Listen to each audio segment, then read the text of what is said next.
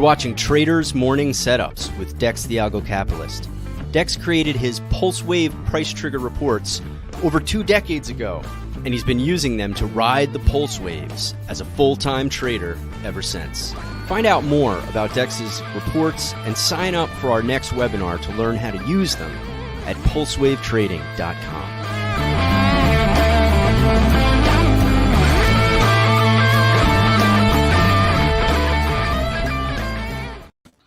Good morning and welcome back. Today is Tuesday, January the 9th, 2024. Can you imagine that we're already in 2024? Another year has gone by, and we have a lot on the table to start the year off. A lot of things going on.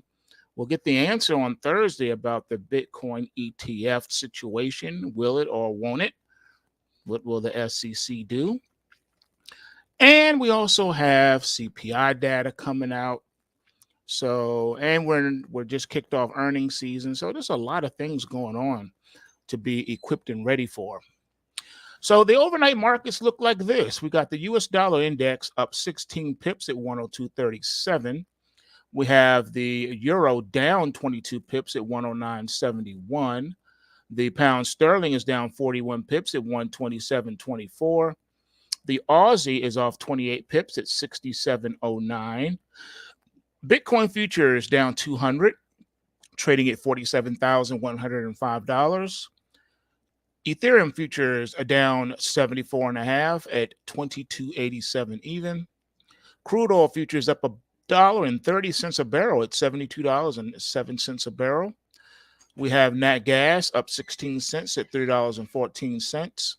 Gold futures up $10.10 per ounce, trading at $2,043.60 per ounce. Silver is up 3 cents per ounce, trading at $23.35 per ounce. It should also be noted that we have a bearish 2-bar Charlie setup this morning on the pound sterling this morning, and so you can expect an all-day down day and for the market to end in the red. And this is the micro pound sterling forex futures. Okay, and that ticker, if you trade that, is on the Thinkorswim platform. It's /M as in Mary, the number 6, and B as in Bravo. All right, so you want to make a note of that. We also have a bearish 2-bar Charlie set up this morning on the Ethereum futures. All right, and that is a all-day down day, and for the market to finish in the red. All right, so when these morning setups, materialize, it's good to take note of them because these 2-bar Charlie setups don't happen every day. Dow futures are down 228 points at 37,705. E-mini S&P 500 futures down 29 at 47.72 and a quarter. E-mini NASDAQ 100 futures down 134 and a quarter at 16,669 and a quarter. And the Russell futures down 28.6 points at 1975.50. Yeah, after being up, the market's basically giving it all back today, huh? We'll see how far and deep this pullback goes. As far as soybeans, we're up almost 2 cents this morning. We'll call it, we're up $1.75. How about that? Instead of a buck, I'm sorry, a penny, almost 2 pennies. $12.47 a bushel. We have corn down almost a penny at $4.54 a bushel. And we have wheat only off about a quarter of a penny, and we're down, and we're trading at $5.96 a bushel. So no beans in the teens, but holding that mid $12 handle in your beans. So that's something to watch out for. All right, so what's on deck for today? Well, the economy is entering its first super cycle in 40 years. And we have Carter is in hot water for secretly using client information. And Tiger Woods and Nike are splitting ways after nearly 3 decades. But first, Apple's new reality. On the eve of the biggest tech conference, a company not officially in attendance had the day's biggest news. Apple, which typically avoids a large public presence at CES, announced the launch date of its Vision Pro, a mixed reality headset it hopes will eventually be its biggest product since the iPhone. You can buy the Vision Pro online and in US Apple Store retail locations starting February the 2nd, as long as you're willing to fork over at least $3,499. Wow, Apple, really? Now, the release of the Vision Pro has been a long time coming. We got our first look at it in June, but the rumors about Apple's launching a VR type product had swirled for a while. And with tech rival Meta having been in the space for a few years, it seemed natural Apple would enter the fray. But Apple doesn't launch a new product on a whim. Its last big product launch was over 8 years ago, so this release is a big deal. There has also been a level of mystery surrounding the Vision Pro. The initial reviews of the headset were good, but it was all very cloak and dagger. Journalists who tested it back in June could only do so in a private room, couldn't take photos or videos, and only had 30 minutes. The launch of the Vision Pro feels like a make or break moment for virtual reality. The concept of using some type of goggles to create a virtual reality has existed for decades.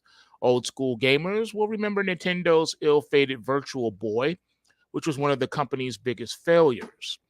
But in the almost 30 years since, now feels as good as a time as any for the tech to finally take off. Add in the fact that a good chunk of employees are working partially from home, and there are real use cases for it. Beyond it feeling like a cultural turning point for the tech, there's also the fact that the most valuable company in the world really wants it to work.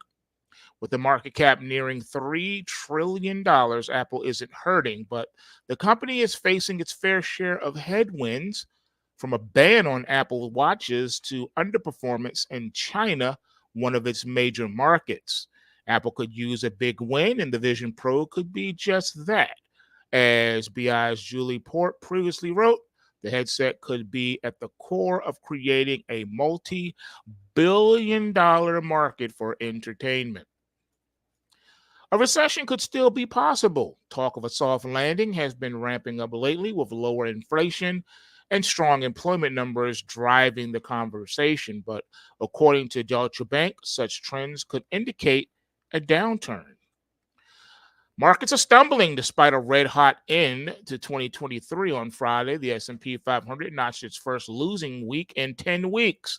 Bond prices dropped by the most since October, and strategists are saying investors may have gotten ahead of themselves in December. The economy is on the verge of a new super cycle. The coming super cycle, or period of rapid expansion, is underpinned by AI and decarbonization, according to a Goldman Sachs analyst. The chip industry's false promise. America is spending $52 million to counter China's edge in semiconductor chips, but economic conditions, construction slowdowns, and the slow distribution of government funds have dampened the promised semiconductor job boom. The latest tech flex, a transparent TV. LG calls it the world's first wireless transparent OLED TV. The device can double as a digital fish tank, fireplace, or other artwork, and the company said it could make rooms feel larger or give owners more options with home decor. Silicon Valley is blasting Carta for misusing customer information. Carta handles sensitive information for more than 30,000 startups, and now it's under fire by companies like Lanier for secretly using client information to fuel its brokerage business. Below Deck cast members say they were underpaid, subject to racist comments, and cruelly manipulated. The show's stars are paid a fraction of what a real housewife makes, despite working grueling 18-hour days and getting sky high ratings. Tiger Woods ends partnership with Nike. The pro golfer spent nearly 3 decades as a Nike athlete. Woods' most recent contract, signed in 2013, reportedly earned him $200 million over 10 years. Boeing CEO has a fresh nightmare after years of struggling. 2024 was meant to be the year things turned around for Boeing, but Alaska Airlines' near disaster threatens to disrupt that. Plus, United Airlines just discovered loose bolts in the Boeing 737 MAX 9 fleet. Home prices are forecast to fall in these 34 cities. A U.S. Navy sailor handed over military secrets to China for just $15,000, prosecutors say. United Airlines discovers loose bolts in Boeing 737 MAX 9 aircraft during inspections. Some Gen Z job seekers are bringing mom and dad to interviews, and it's turning off employers, new survey finds. Come on, are you serious? Bringing your mom and dad to your job interview? America is collapsing at lightning speed, ladies and gentlemen. And venture capital layoffs, restructuring, and quiet firing indicate it's open season on investing jobs. Now, some VCs are seeking a fresh start. Quiet firing, sending someone a text or a quickie note or an email. Bitcoin could soar 344% to 200,000 by the end of the year as ETF approval drives huge inflows, Standard Chartered says. I wouldn't get your hopes up too high, ladies and gentlemen. I've already given you the end of year projections, and it's nowhere near that. All right. The markets like to rally up to the news and then sell off. It's called buy the rumor, sell the fact. All right. That's what you do. And that's what the market is doing. And once it is solidified, you get like a little spike below off top or something. And then the market will start to head down. And people will say, we don't know why the market's going down. It finally got what it wanted, and now it's collapsing. That's just what they do, folks. The Fed will slash rates 6 times this year as recession spreads across the U.S. and job market deteriorates, market veterans think. I don't think so. I don't think they're going to slash rates at all. So be prepared for that upset, ladies and gentlemen. Elon Musk says 3 years of random testing found no traces of drug use as he fires back at bombshell Wall Street Journal report. What's happening today? Angela Bassett will receive an honorary Oscar. The annual ceremony was rescheduled from November of 2023 since the WGA and SAG-AFTRA strikes were going on. It's about time they give that woman her due. She's one of my favorite actors, and I think that she should have been got Oscars and things of that nature. I don't know why they play these games with awards, and it's like they almost want to wait till a person dies before they start celebrating. You're supposed to give people their flowers while they're alive. Don't bring flowers to their grave. What kind of foolishness is that? Happy birthday, Flo Millie, Tusi, Richard Nixon, Kate Middleton, Sean Paul, Jimmy Page, and Emily Mariko. They were also born on this day. And on earnings, we have Albertsons, WD-40, Neogen, among other companies. So you want to be prepared for that. And that's all we got for today. All right. We got the opening bell now. So go and do what you need to do. If you're a subscriber to the Pulsewave Report, you already got your marching orders last night. So you came into this day already prepared and knowing what to do. So go ahead and do it. All right, nothing is stopping you. How they say, ain't nothing to it but to do it. Okay, that's all you got to do. And we do have quite a few things popping off this morning. Oh, did you know that on January the 23rd, the doomsday clock will be reset again? That's right. The doomsday clock is a design that warns the public about how close we are to destroying our world with dangerous technologies of our own making. It is a metaphor, a reminder of the perils we must address if we are to survive on the planet. Each year, the clock is set by the Bulletin Science and Security Board, a group of internationally recognized experts on nuclear risk, climate change, disruptive technologies, and biosecurity. Right now, the clock is the closest it has ever been at 90 seconds to midnight. What will they set the clock at this year? Well, we'll know January the 23rd at 10 a.m. Eastern Standard Time. And you can even watch it live on their website or on the YouTube channel. Very interesting. I didn't even know they had such a thing.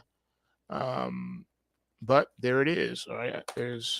See if I can post the link here in the chat. Yep, I'll do that for you. All right, there it is. I just put it in the chat. All right. So have at it. And with that, you know what it is. The system works if you work the system. Bulls make money, bears make money, and pigs get slaughtered. So remember to take what you can and give nothing back. Share and like, and I'm out of here. Peace.